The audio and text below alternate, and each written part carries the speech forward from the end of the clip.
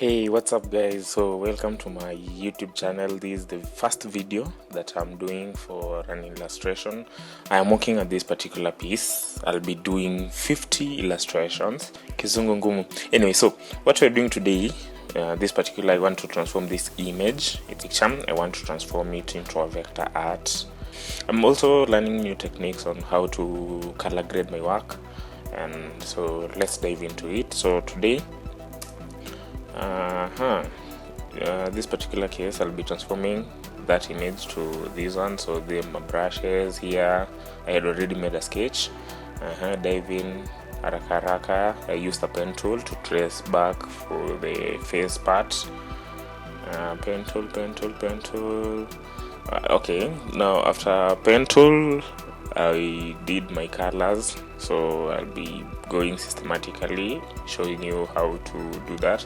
And you guys, if you don't know how to use pen tool banner, there is a link in the description. It will show you how to use the pen tool. Yeah, that's pretty much it. Yeah, I had put my color palette down here, which I had extracted from another image. I'll put the links to all the files that I use in the description. So after face, I went to BEHANCE. At this particular moment, I was just putting colors, blocking actually colors, so that I will come back again, add more details, because I am very particular with details, especially when it comes to vector arts. Yeah, I love illustration, so I like my illustration to have a little bit of details. Here I was just putting flowers, yeah, adding patterns to the cloth so that it can't just be a piece of white thing. So flowers, and the flowers are beautiful. So I had to put flowers there. Yeah, it could also look like her top. She likes the top, so I just had to put the flowers there.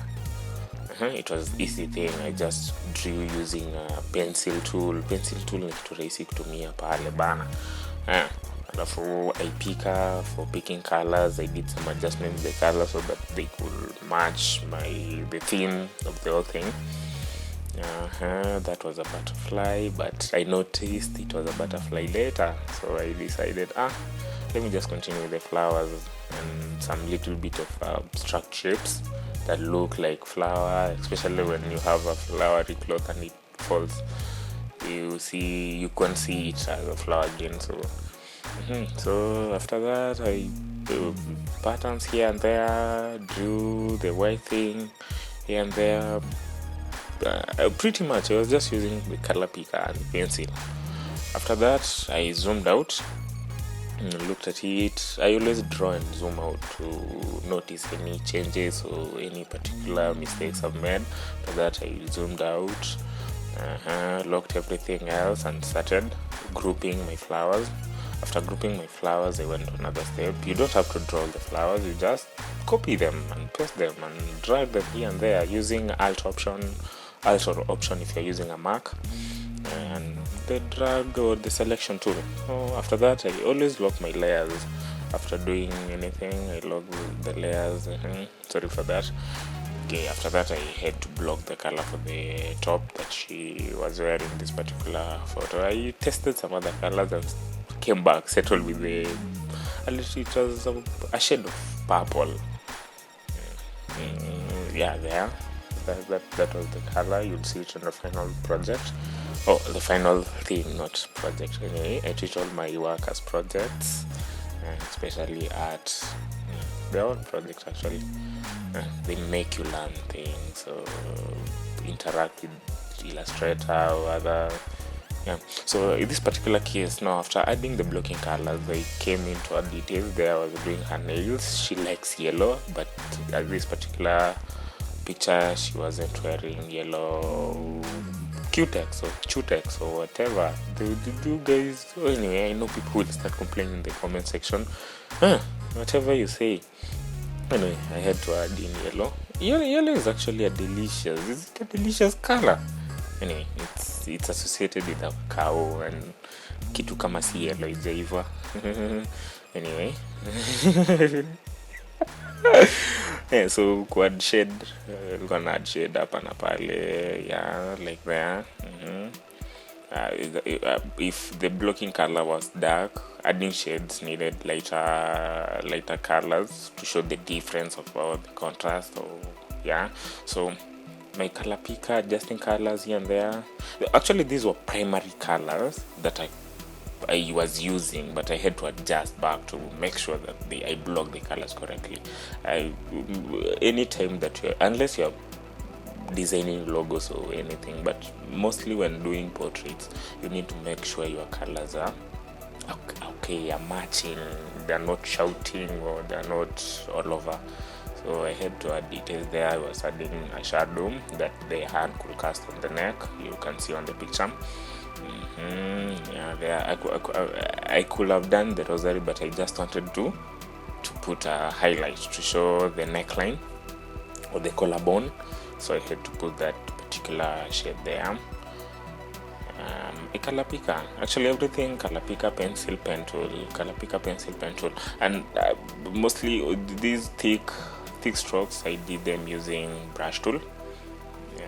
I'll link the description to my brushes in the description. I will also upload a video on how to make your own custom brushes on Illustrator and on Photoshop, because brush are good. And here, especially here in Kenya, it's hard to find unique brush for your work of art. So yeah, now after doing the ear, now it was looking okay, but I will come back later, do some Gaussian blur here and there to make sure everything is okay.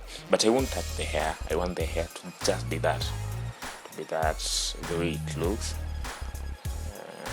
So there I added a shade of a darker orange. This orange.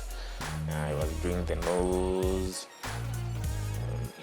I added highlights and shadows. Yeah, that was the word that I was looking for. So it was actually adding shadows and highlights. They create more depth to your work. They create details. They bring the vibrance of your artwork. They give it a meaning. At first, when I was starting doing portraits, I used to do just the outline and block the colors and live with that. So you could find my pieces were really messed up. Colors were all over, and it was really pathetic. But in this particular case, I was doing everything according to what I want the art to look like and how people to perceive my work. So you can see, if I turn off the picture, the image which I was tracing from, you can see the colors are so shouting and others are big. So here I was doing the lip. That day she was wearing a purple lipstick, and there is a way ladies do the makeup thing. I'm not into makeup. I'm not that into makeup. I'm not a makeup expert, but I know where the light hits has to be lighter than where the light doesn't hit. So after doing all my works, I always copy for security reason. You can lose a file, or you can do something to this one and you want to go back to the other document. So I prefer having copies of my work.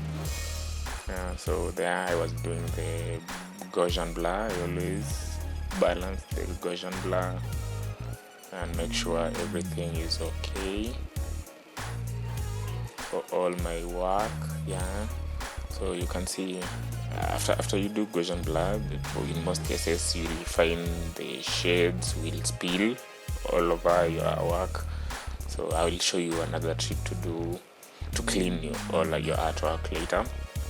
So here I was doing the ear. Actually, I was so impressed with this ear. The details were so good. They came out the way I really wanted. Okay, they just surprised me.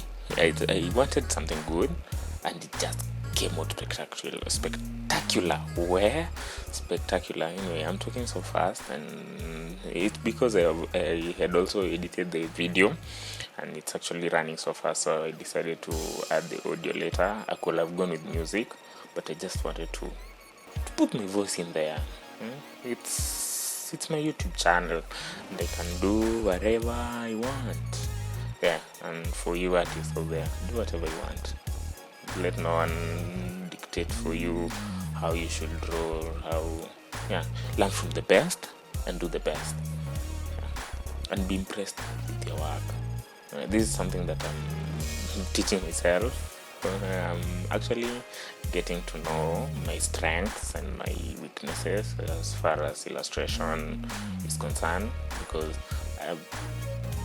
when I was in college and trying to specialize, I noted that I loved a lot of illustration work compared to photo manipulation, concept art, and all the other thing. I could draw, sketch, shade things, and print on t-shirts and all that. Anyway, that's a video for another day.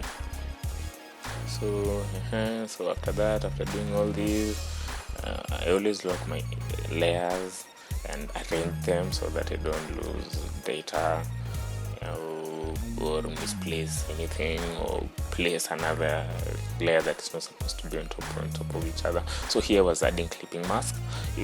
When you add clipping mask on especially on things that you have shared or have done Gaussian blur, it will help you in minimizing the spillage. I don't know how it's called, the blurriness that comes out of your artwork. So it helps you to put everything in your artwork. So I had so that's pretty much it. After doing all this work, I had to save and put everything in a nice artboard. So I always like my width of my artboard to be 1400 pixels. That helps me, especially when uploading to BEHANCE. Yeah, most of my work is in BEHANCE and on my website. You can check the link in the description.